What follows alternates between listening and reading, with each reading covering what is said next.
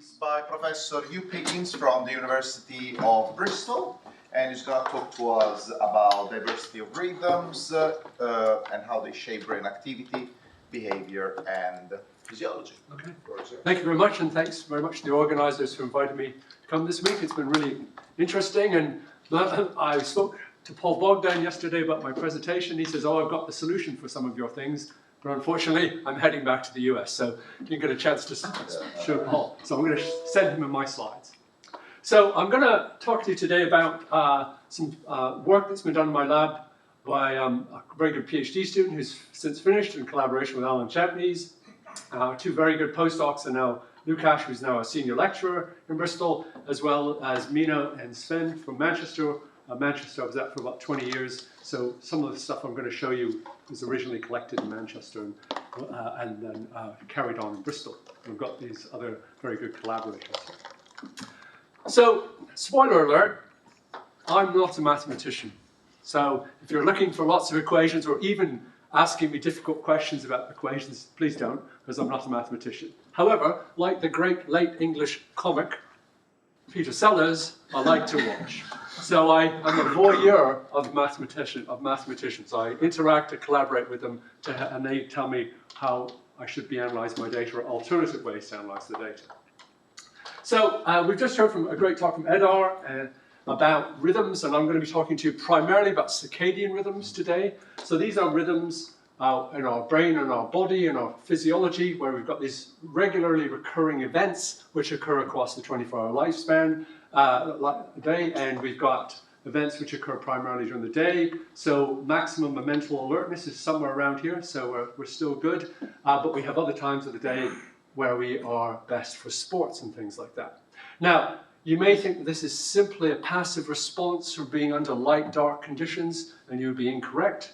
What this is an internal representation of predictable changes in the environment. So if you were to transfer somebody into constant conditions in the absence of a light-dark cycle, these physiological and behavioral changes would be sustained. And that's because they're driven by internal temporal clocks which represent 24-hour change, and they are predictive of probabilistic events in the environment. So these rhythms are sustained in the absence of these other cues, and they're intrinsically generated and are circadian rhythms.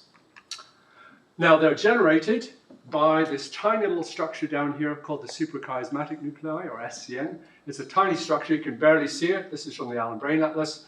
There's that little dot down there, okay? There's the rest of the brain that many people at this meeting are very excited about up here. You can lose, though, a lot of this and still be all right. You lose this, the SCN, many things go wrong. Your sleep-wake cycle, your hormone cycles, all sorts of things, body weight regulation goes really badly wrong. So actually the hypothalamus and the brainstem are more important to survival than your cortex. I know some of you who work on cortex don't want to know that, but that is the case. So this is really important, but it's a tiny structure. So if you get damage here, your physiology and behavior is grossly disrupted.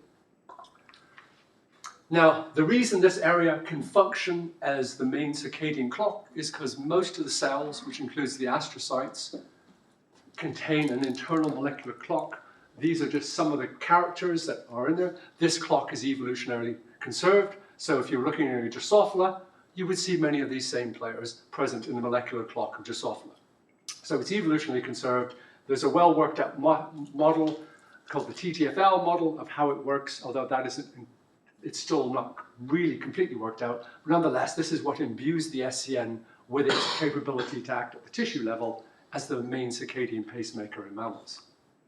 Now, it's important to note that although it's got rhythms in clock gene expression and other genes, if you look at many other tissues in the brain and body, and this is a study that was done on rhesus macaques, which are diurnal like ourselves, many tissues in the body and different brain structures rhythmically express an array of genes. So our whole molecular program, something like 20 to 30% of our genes, are cycling over a 24-hour period. So understanding how this is organized is very important, because when this goes wrong, when this organization goes wrong, our health is compromised. So it is important to understand this, but it's important to know, whereas when I started in this field 30 plus years ago, the only area you cared about was the SCN. Now you care about a whole lot more because you understand that gene programs in those tissues are rhythmic over 24 hours. Now, in rodents, the SCN is depicted here, this tiny little structure down here. Here's a blow-up with a histological stain, suprachiasmatic above the chiasm where the optic nerves cross over in the ventral surface of the brain. It receives a direct input from the eye, a monosynaptic glutamatergic input, which provides information about environmental light levels. And it's got an internal neurochemical architecture. Here's just one vasoactive intestinal polypeptide, or VIP, which delineates what's called the ventral part of the SCN. This is where the neurons are that make that. But there's other little populations of neurons characterized by specific neuropeptide synthesis, although most neurons in the SCN make GABA. So it's like a GABAergic network where you've got subpopulations delineated by neuropeptide secretion, synthesis and or secretion. So we've got these factors in the SCN. We've got an internal molecular clock in most cells, but those cells need to communicate with one another through intracellular signaling for the individual cell clocks to become coordinated. And these are in and of themselves regulated by extrinsic factors such as the light input, hormone signals, as we've just from EDAR, which act on these to affect their activity and reset the clock. So that's a very simple schema. Now, we also know that the SCN expresses a very beautiful neuronal rhythm. Now, this is a paper that's coming out in Science. It might be out tomorrow. It's not by me, but it's a study where they've done a whole series of immunohistochemical staining for CFOS in the entire brain, and they've cleared it, and they've mapped all the areas of the brain which rhythmically express CFOS. The SCN was shown to do this about 1992. But this is an up-to-date model. And what it's basically showing you is that, that within the SCN, when an animal's in constant dark, there's rhythmic expression of CFOS. CFOS used here as a proxy for neuronal activity. And if you just plot that, this is what it looks like. So you've got a rhythm where CFOS is maximally expressed during what would be the day, and it's nadir at night. And you can do this over successive cycles in constant dark, and it's sustained. So it's got this beautiful rhythm in CFOS. You can also do the same thing with monitoring neurophysiological activity with a multi-electrode recording down there, or monitoring a calcium reporter. You see very much the same thing. Now, what this has given rise to, this is many years of research, is that we know that the SCN in a nocturnal rodent has high levels of neuronal activity during the day, high levels of one of the clock gene expressions, this period, for example, peaking during the day. And as these drop, the animal becomes behaviorally active. So the output from the SCN in a nocturnal rodent is basically inhibiting activity. It's presumably mostly a GABAergic output acting on other areas of the brain to inhibit activity. It's seen both in light-dark conditions, but importantly in constant dark conditions. So in light-dark conditions, you refer to this as Zeitgeber time, where typically Zeitgeber time 12 is lights off, so the beginning of nighttime. In the circadian, the CT time, this is circadian time 12, delineating the onset of the circadian night. And we know from several years of research that arousal cues reset rhythms in rodents when they're delivered during what would be the behaviorally quiescent phase, whereas light resets the SCN and behavioral rhythms when given during the behaviorally active night. So one of the important features here is the clock gates its response to environmental inputs. It is not reset by light during the middle of the day, even in an animal in constant dark. So it gates that. It's only during the night. Similarly, arousal cues during the night really don't do much to reset the SCN rhythm. So it's a clock activity network of neurons and glia which coordinate how they respond to environmental cues. So they gate, just a bit like an ion channel, they gate how they respond to stimuli. Okay, so we've got this model now where we've got these different features of how everything shapes together. So we've got this typical depiction of how things go together.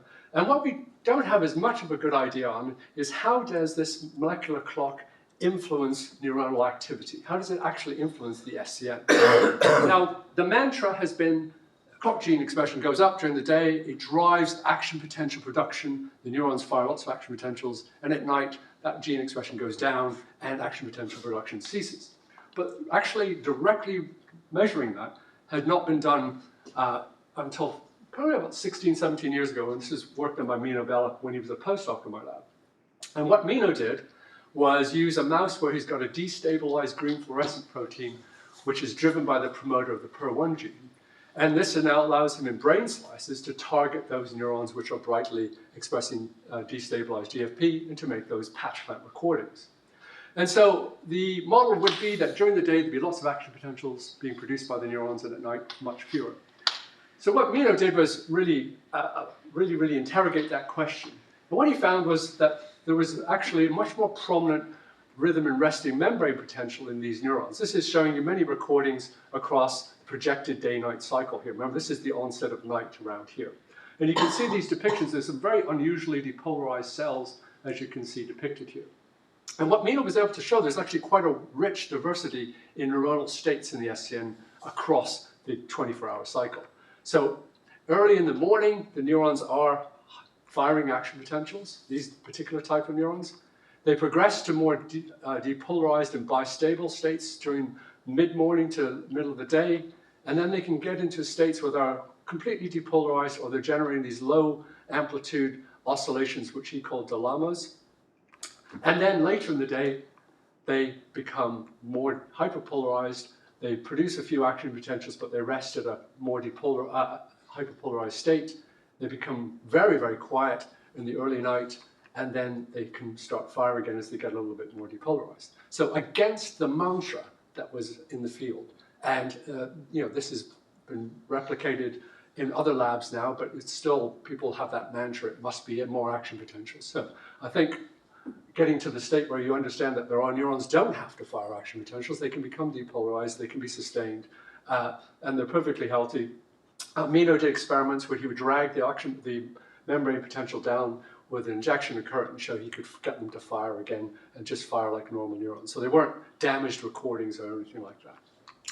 So we collaborated with some mathematicians, Danny Forger at the University of Michigan. He came up to me at a conference very excitedly after I presented some of this data and said, I've got a mathematical model that explains this. Obviously, mathematicians and biologists don't always talk together, or actually probably not very often. And so he has this modified Hodgkin-Huxley model. And we fed in some of our data as well as other data, and he was able, with his PhD student Casey Diekman, to recapitulate much of what we had observed experimentally. And I just showed this in case I did say I'm not a mathematician, but look, woo, Hopf bifurcation, folks, get excited. Right, so he showed that these states that these neurons could be in were really could be modeled in this way, and you could see how they could be at this transition between depolarized states and then going to firing states and then back out of it again. And it was quite an exciting collaboration. We submitted it to Nature. They sent it back right away and said, we're not interested, and sent it to Science, and Science said, oh, we really like it. So, you've got to try these things. I also put this is for you, Francesco. This is, oops, I've got to get these, these neurons that Mino recorded, that had the clock gene reported very bright versus those that didn't, also show very big differences in their frequency adaptation. So there's other ways that they also vary in their states. Okay, so I've shown you, here's an indication of how the molecular clock might be changing these things. Now, I haven't shown you all the pharmacology and the ion channel expression that we associate with that, but there's not enough time to do that today. What I wanted to show you, though, is just to go back very briefly there, is this here. So this intracellular signaling within the SCN is really important for how the SCN works. The individual neurons can do what they want, but unless the network is coordinated, the tissue itself can't function as a clock. So we have used a genetic model where this is impaired and compared the temporal expression of neuronal state in the brain slice. And this is work from Sven Wegener, who was a PhD student of mine at the time. These mice lack a particular G protein coupled receptor. It's not that exciting what it is, but if you look here, this is a normal mouse. This is a mouse lacking that receptor. In constant dark, the normal mouse has a beautiful rhythm. The mouse without that receptor has a grossly disrupted rhythm. If you look for these behavioral, these neuronal states in the SCN, you can find them, but whereas in the wild type, there's a beautiful, the depolarized states dominate during the day and are very absent at night. In this mouse that doesn't have this G protein coupled receptor, this ratio from day to night is completely lost. So not only does the SCN lose its ability to control the neural rhythms, it's lost its ability to control its own neuronal state. And I won't show you further, but it can't gate an excitatory input either. So if you mimic light input with the glutamate agonist, these neurons from these animals can no longer gate their response to that input. So multiple levels there of how the SCN is organized. So just a very interim summary here. Targeted patch clamp recordings reveal a rich temporal variation in SCN neural activity, including spiking states, which I think is important because most of what I've heard at the meeting is talking about spiking, and I don't think we should ignore non-spiking states. We can use a modified Hodgkin-Huxley model to try to simulate this temporal variation. We need to have the intracellular molecular clock communication with neurons is much more complex than previously thought. This is an idea. It's slowly, the paper was published about 16 years ago. It's taken a long time for people to really recognize it because they were so fixated on an earlier model. It probably takes maybe much longer than that even. So we still have some outstanding questions. How do the spiking and non-spiking neurons synchronize to form a tissue-level circadian network? We don't really understand that. And what is the role for astrocytes in this network? It's known that, we know that astrocytes are very important now. Some work done right here in Cambridge has shown they're important for balancing both GABA and glutamate signaling within the SCN. So at one time, again, the mantra was they were passive and not really involved. Now we know they're much more involved than that. Yes? I just want to ask you a question from the slide before and a question about this slide. So the G protein, is that a GQ coupled, GSQI coupled, or GI coupled? It's type B G protein coupled receptor. Stimulation promotes cyclic AMP. So GS. Yeah. GS, okay. And now regarding this synchrony aspect of the do we know anything about the coupling between these neurons? Are they synaptically coupled? How are they? They are synaptically coupled. So this G protein coupled receptor is the receptor for VIP, which I showed you in one of those earlier slides. And VIP is primarily synthesized within ventral neurons, but the axons go throughout the entire SCN.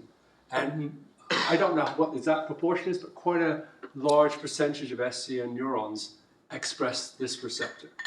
It's not the only one that if you take out, the network starts to fall apart. So there's other ones, for example, the vasopressin receptors are very important for how the SCN is reset, etc. So it's not the only one. I think there's a functional redundancy here in terms of what things... So it's like a volume transmission kind of thing. I suspect that that's very much what it is, yeah. Okay, so we've seen then that this molecular clock is very important for shaping neuronal activity. But as I showed you in that earlier slide from the monkey, it's not just exclusively expressed in the SCN in the brain. It's expressed in many other areas. So one of those areas is in an area called the dorsal vagal complex. So just to orient you, this is the SCN here in the hypothalamus of the rodent, here in the hypothalamus. And this area is back here in the brainstem, what's called the dorsal vagal complex, the DVC. And it's got a number of structures of which I'll talk briefly about the area postrema and the nucleus of the solitary chapter NTS. If we rotate that view, you can see either NTS here, they're bilateral, but look at this area postrema is one of these, there's only one of them. It's not bilateral, so it's somewhat unusual in the mammalian brain. This area is very important for regulating food intake, blood pressure, thirst, etc. And this is, the area postrema is what's called a sensory circumventricular organ. It's not protected by a blood-brain barrier. Its neurons here can sample what's circulating in the blood, and they innervate the adjacent NTS. And they're also separated by a glial barrier between the AP and the NTS. So we were interested in whether this area of the brain contains a circadian clock. And some in vivo experiments where we used a laser dissection and cut AP and the NTS out and assayed some clock genes, showed that over constant dark conditions, we could see rhythmic expression of some key clock genes like PER2 and BMAL1, indicating it's likely that they contain their own molecular clock. And going back to this study that's just come out, this is the area somewhere in here that shows that there's rhythms in CFOS. And just to give you an orientation, here's the SCN. It's color-coded, so the orange indicates the SCN's peaking somewhere in here, whereas this area that we're looking at is peaking sometime later. So it's got a rhythm in CFOS expression, but it's delayed with respect to the rhythm in CFOS in the SCN. So here's its rhythm. You can take this is from the supplemental data. You can explore all the areas of the brain that you're interested in, the supplemental data of this paper, and you can see these rhythms in CFOS that have been noted in the NTS in this example. Sorry, Hugh, I Yeah. think I missed. So is CFOS a marker of activity? Yeah, so CFOS, those of us who are certainly did, it was one of the first genes, immediate early genes that was characterized going back to the late 80s, and it's like, haha, now we understand the brain, we can look at all sorts of brain activity. And there was an explosion of studies using CFOS as a marker of neural activity. It's not entirely, the fidelity is not entirely there, but it's generally a reasonably good one for neuronal activity. But you can induce CFOS in glia as well, so, which isn't really touched on in this paper. So we can see that we have these rhythms and clock genes in this DBC area. We can also use another tool where we make brain slices from a mouse which expresses a luciferase reporter of the PER2 protein. This is just a still from one of that. And now I'm going to tempt Providence and attempt to play a video for you, which typically goes wrong. So this is a video of a brain slice from a mouse which makes luciferase when the PER2 has been expressed. So you can see this is over several days. So you can see here's the area postrema, the nucleus of the solitary tract, and this is an area around the fourth ventricle where there's ependymal-like cells. Essentially, there's a spatial temporal organization here where the AP seems to lead, then the NTS follows, and then the fourth ventricular area is about 9 hours out of phase. So there are definite oscillations you can track for 4 or 5 days ex vivo in this report of the molecular clock, and there's a spatial temporal organization.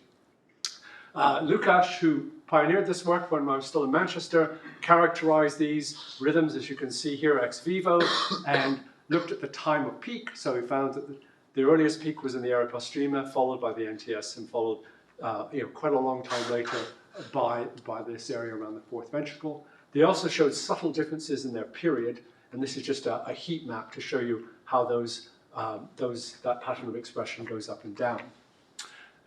Lucas did a really neat little experiment. Since there are 2 NTSs and 1 AP, he used a very fine knife and he separated one NTS from the AP. And what he noted was that the period of the disconnected NTS accelerates when it's no longer connected to the AP, suggesting that what the AP is doing is slowing down the period of oscillation within the NTS. So that shows quite nicely.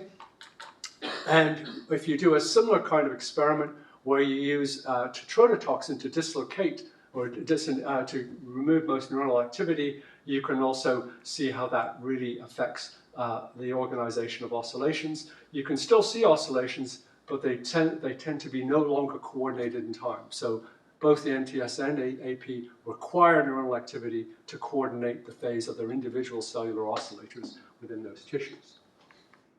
And this is, I won't go into this, this is just a correlation cluster.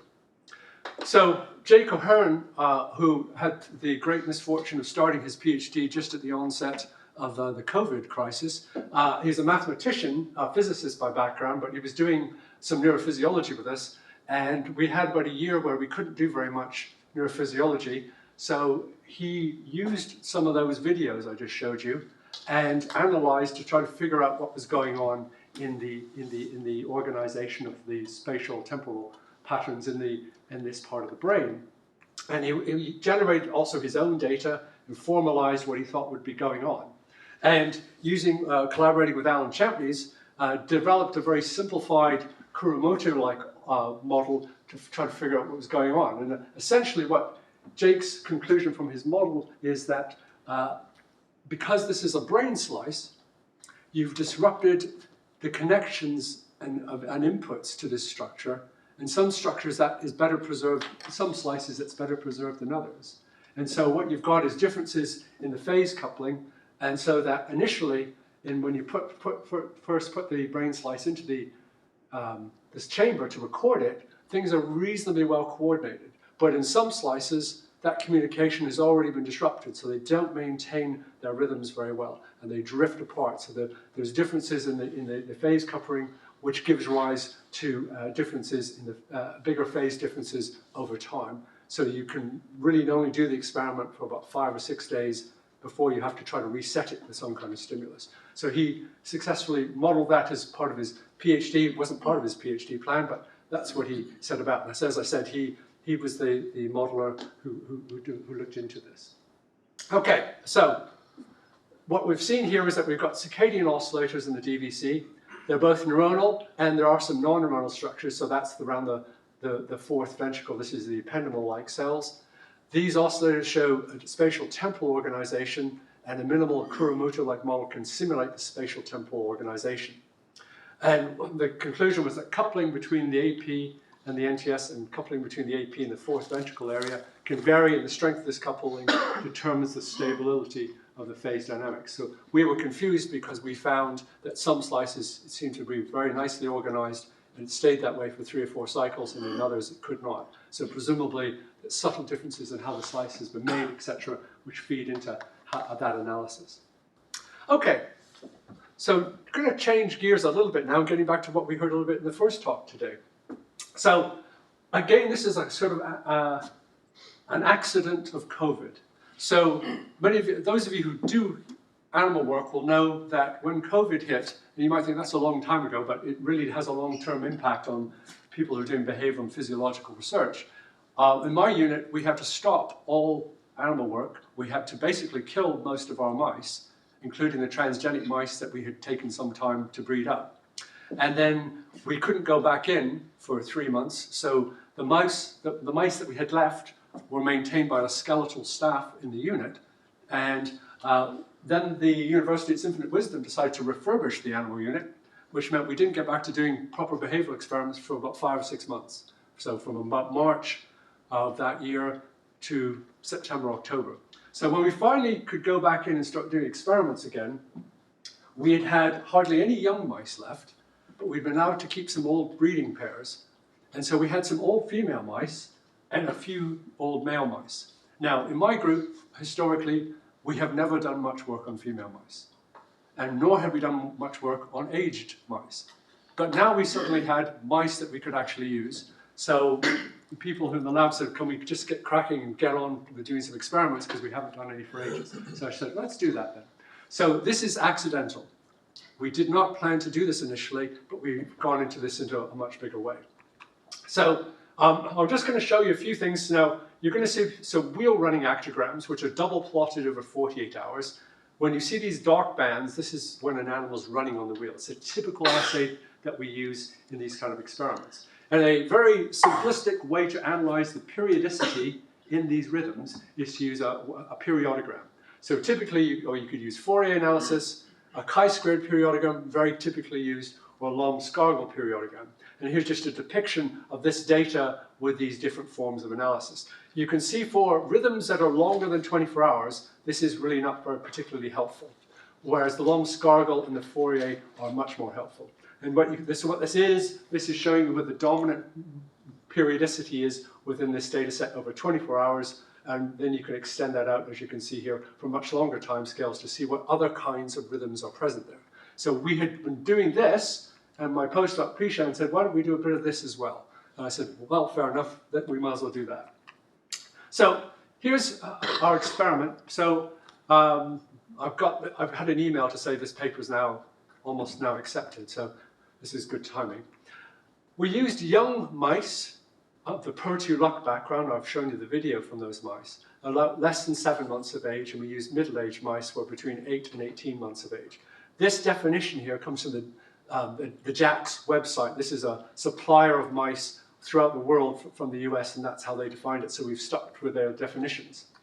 What you see here are wheel running rhythms from male and female mice under light dark and constant dark conditions, and these are young mice and these are middle-aged mice. So this is a typical kind of screen that you do to assay what are their rhythms like under light dark, what are their rhythms like under constant dark. And here's basically the periodogram analysis, where you can immediately see the light blue here is the male and the red is the female, that there are some differences here in the strengths of these rhythms. And it's particularly seen when you go over here and you look at the periods as well. What you see here is in the males here, the young males, they're sticking close to 24 hours, but the young females, particularly in constant dark, show a much greater range in their periodicity over this timescale than do the young males. And it's under the light-dark cycle that they actually have a much tighter rhythm. You can see that in middle age, there's a bit more spread here, generally around this 24-hour period in both males and females. So there's definitely changes, and we use some, I don't know if anybody's using this around here, but we switched to using estimation statistics as a way to analyze the data. Frequently, there's been a prominent paper in Nature about the switch to these. But what you can see is that there's quite a big differences, for example, in the power of the rhythms between middle-aged females, middle-aged males, etc. It gives you a kind of an alternative to using ANOVA to do a lot of this analysis. So we found using wheel running that we could detect some sex and age-related changes. We also monitored feeding and drinking, but for the sake of this talk, I'm not going to show you the feeding and drinking rhythms. The wheel running rhythms captured most of the changes that we were seeing. You can also plot this data in another way. You can use circular representation to show when are the bouts of maximal activity over a 24-hour cycle. So here in young mice, you can see that most of the rhythm, this is showing you where most of the activity is in these little fans here, these rose petal plots. And most of the activity is in the lights off phase. The females have got a tiny bit during the lights on phase, but most of them also have lights off. They have slightly different distributions in terms of where they do this over 24 hours. And what you can see when you get into middle age, though, is that this actually changes. So now, for example, you can see more daytime activity in this middle-aged female here, and a little bit more daytime activity in this middle-aged male. So they do start to shift when they engage in voluntary wheel running as a consequence of age. And you can compare the length of this vector here to give you an indication of how prominent that rhythm is, that direction of activity is, rather, and you can do the comparisons. So that's on the 24-hour time scale. Now, because we were using female mice, and we hadn't spent much time using female mice, we thought, well, maybe we should start looking at some of the other rhythms that are present. Now, Ali's talk this morning, this is kind of the mouse equivalent of the GnRH pulse generator, etc. So this is a picture from a recent review showing what happens in a mouse, a female mouse. What you can see here are these pulses of GnRH, and these are light-dark cycles plotted down here. And you can see these pulses here, and they get very, very frequent as you approach the evening of pro-estrus and into estrus. So you can see these really high, much more frequent pulses here. You've got these characteristic changes in LH and FSH arising as a consequence. And I also plotted here the rhythms in progesterone and estradiol. So male mice obviously don't show this, but female mice have this prominent change. So is this manifested in wheel running? Is this a thing you should be paying attention to? And the answer is yes, it is. Well, I just want to say we also track the phase of these animals using vaginal cytology, where you take a sample from the mouse and you assay characteristic cellular changes which are taking place as another way of estimating the phase that the mouse is at. In middle-aged female mice, you can't see the nice characteristic changes. It's disappeared. So it's really difficult to see what the stage of estrus is. They just don't have the characteristics changes. That corresponds to reports that mice on this background have much reduced fecundity after the age of 12 months. So our mice are between 8 and 18 months. So does it matter from the wheel running? And the answer is yes, it does. So here on the left, you see the wheel running rhythm. It's plotted over 48 hours of a male mouse. You can see under a light-dark cycle, it's quite nicely organized. And here in the female, the onset of that activity is very reasonably precise, but the offset shows every 4 to 6 days an acceleration and an elevation of wheel running. So it's quite different on certain days. And these are corresponding to that when there's a pulse, and there's pulses of GnRH. So it's affected the wheel running rhythm quite pronouncedly. So this is something one should be paying much more attention about. It is in the literature, but I would say most people don't really look at it that much. And here's another way to look at that data. Here's the young male mouse. This is the standardized activity in the running wheel. It's reasonably stable over 30 days of recording. Middle-aged male mouse, also reasonably stable, but here's the female, young female. You can see those big excursions in activity occurring roughly every 4 to 6 days, whereas the middle-aged female mouse lacks that. So this is clearly something that many people have overlooked or don't look unless they're specifically looking for male-female differences and trying to relate their behavioral changes to the stage of the estrous cycle. So when we incorporated this into our analysis and looked at our data using the standardized periodograms over here, you can see that the young females have a prominent 4 to 5 day rhythm. It can be varied between individuals between this 4 to 6 days. The middle-aged females, and shown in red, have a little bit, but it's very much reduced. It's not very prominent anymore. And the males is just somewhere near the bottom. When you look at the power of that rhythm, it's much, much stronger in the young female mice than it is in the middle-aged female mice. And it's also much stronger in the young female mice than it is in the young male mice. So that's there, that's definitely there, and something to be paying attention to. We also extended this to look at rhythms of 10 days. Now you might think, why would you look at for rhythms of 10 days? Rhythms of 10 days are associated with when we change the cage of the mice. So government legislation, you must change the cage of your mouse at least every 10 days. And what we found is that the male mice have a bit of a 10-day, the male mice, young males, middle-aged males, have a 10-day rhythm, whereas the middle-aged females and the young females do not. So their male mice are more responsive to the procedure of cage change than the female mice. And interestingly, when we changed the frequency of cage change to every 7 days, we could still see some 10-day oscillations persisting in the male mice. So we didn't get rid of it particularly. But again, it's something else that needs to be paid attention to, because if you're doing, let's say, a cognitive test on your mice, and you're doing it on the day that you do the cage change in the morning, your mouse might be quite different in its overall state, or its stress levels could be very, very different than on another day. So it's something to definitely pay attention to.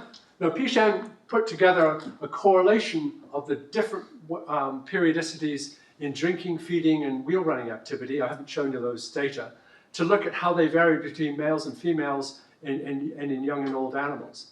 So in the young animals, the males have a very simple correlation here. It's basically these behaviors are largely independent of one another.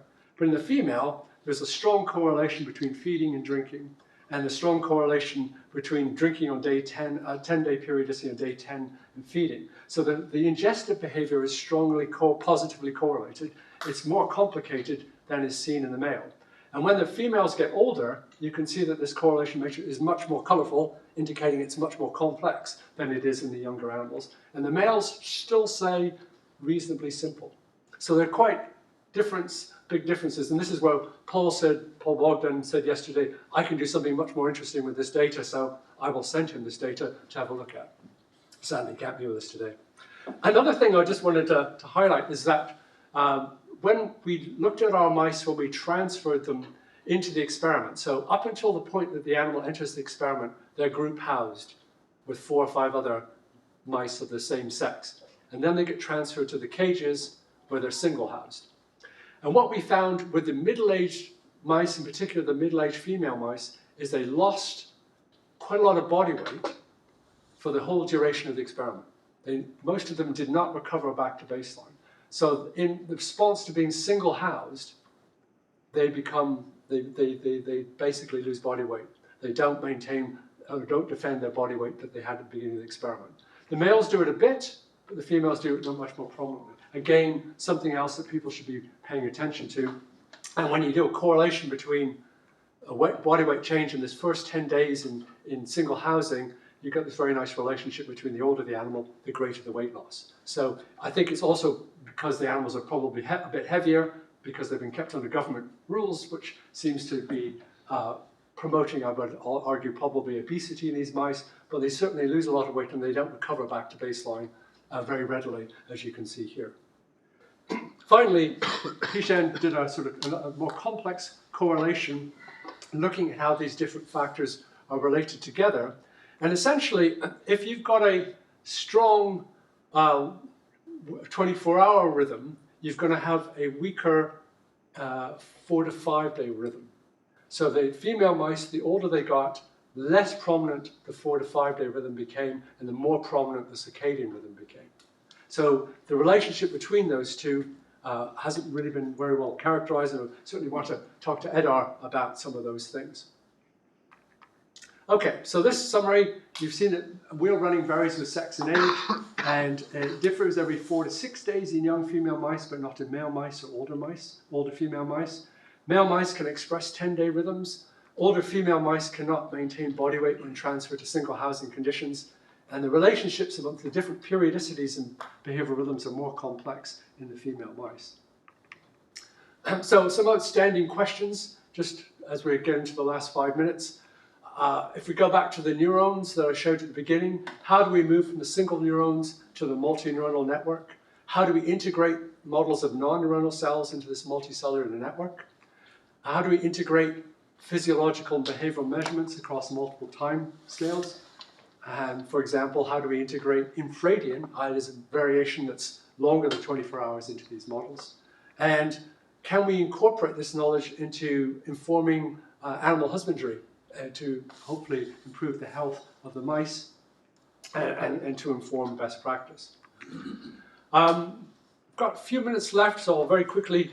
I showed you this mutant mouse, and unfortunately our colleague has left, that lacks this VIP2, this G protein coupled receptor. When the animal's young, it can still show you a bit of a rhythm. When it's old, it completely loses the rhythm. But I'll just go to here. This is for EDAR, actually. So when we assayed our animals' metabolism in this experiment in young and old animals, we would simply, as circadian people, be taking some sort of mean or fitting a curve to this and looking at mean levels during the night and mean levels during the day. This is looking at oxygen consumption and CO2 production. What we completely overlook is potential ultradian rhythmicity within this. We never look at it. If most people in the field aren't interested in it. But I definitely think this is something we should be thinking about, because there's obviously a greater richness there in the rhythms, and we're ignoring them. So with that, thank you very much.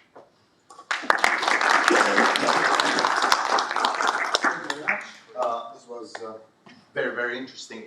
We do have some time for questions.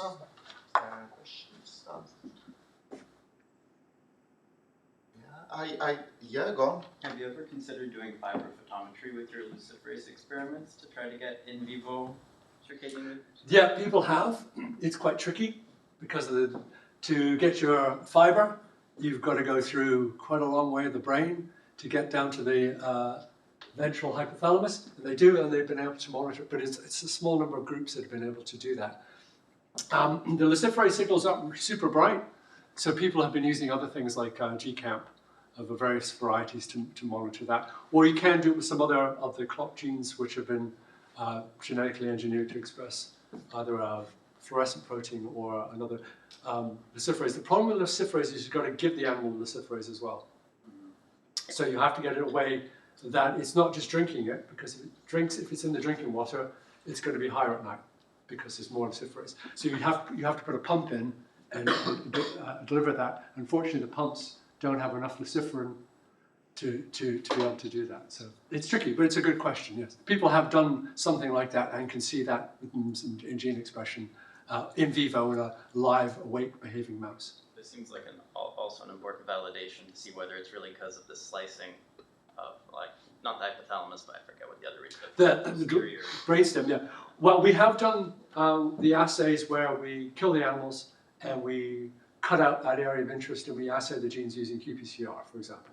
So we have done that, and that shows rhythmic clock gene expression. That sampling is not frequent enough to detect, say, a difference of 2 hours in phasing, though. It's just, and we just haven't done it to that level. But yeah, no, that's a good point. Thank you very much. Is there any other question? Yeah, go on, Mark. Looking at the different neuronal dynamics, the different states that you identified, and you said there was a non-spiking state. Yes, that's the depolarized state where they don't spike. But is there a means of communication between neurons when they're in that state? We don't know. We don't know. I think there probably is. It just hasn't been quantified in any way. When Mino did a lot of looking at EPSCs and etc., and he definitely saw evidence that there's still synaptic communication of some kind or going on. We didn't set to quantify. He has tried with one of his postdocs to do a dual patch, and I think it's been a nightmare for the postdoc. So they started it about 5 years ago, and I don't think anything's come out about it. So I think it's very tricky to do. They're very small neurons. Yeah. They're about 10, 12 microns in the soma diameter, so quite tricky. I can confirm that on behalf of Mino. Mino and I are good friends. Yes. And yes, he did look at the PSCs in presence of tetrodotoxin, so blocking any presynaptic, and there is still spontaneous release Yes. of neurotransmitters. Yeah, it's going to be GABA primarily, but I think that what the neuropeptides are there is to modulate the GABA signal. Okay. But there hasn't been really good demonstrations of neuropeptide release. And obviously you would imagine, as your colleague asked the question, it's going to be a slow-acting signal, so you may not be able to detect it using the typical means that we would do that, because you wouldn't be looking like a bolus amount of peptide to be coming out. Much more slower timescale release. Fantastic. We are in perfect time. Thank you very much.